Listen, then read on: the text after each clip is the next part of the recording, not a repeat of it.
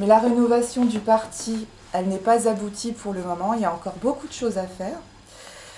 Il y a donc mettre en avant les militants, comme je disais, puisque les militants, ils viennent de milieux divers, ils ont chacun des compétences, des savoirs, des savoir-faire.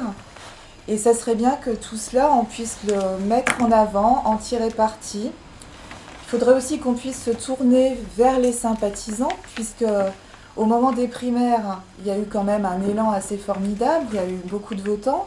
Et puis on a l'impression que tous ces sympathisants-là, on ne sait pas trop, ils sont partis dans la nature et ben ça serait bien qu'on puisse quand même aller vers eux. Et moi je crois que c'est que le Parti socialiste, il a un défi là, puisqu'on est quand même dans un cas de figure où pour une fois on a un président socialiste au pouvoir.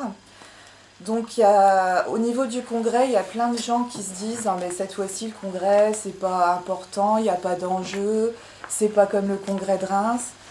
Et je crois qu'il faudrait tirer justement parti de cette situation où effectivement on a un débat qui est beaucoup moins passionné qu'au moment du congrès de Reims, pour se mettre à réfléchir en profondeur sur ce qu'on veut vraiment apporter à la société. Il faut démontrer que le Parti socialiste, c'est quand même un réseau, c'est un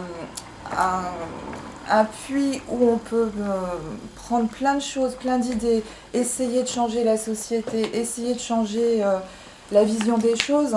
Il ne faut pas qu'on reste comme ça 5 ans à se dire ah, ben ça y est, on a un président élu, on reste pendant 5 ans, on ne bouge pas, tout est bien, la vie est belle et on verra au moment des élections. Le Parti socialiste, il n'est pas là seulement pour agir au moment des élections, il est là pour qu'au quotidien, les citoyens, tous les citoyens, pas seulement les citoyens socialistes, se disent il y a un parti socialiste qui est fort et qui peut nous apporter quelque chose.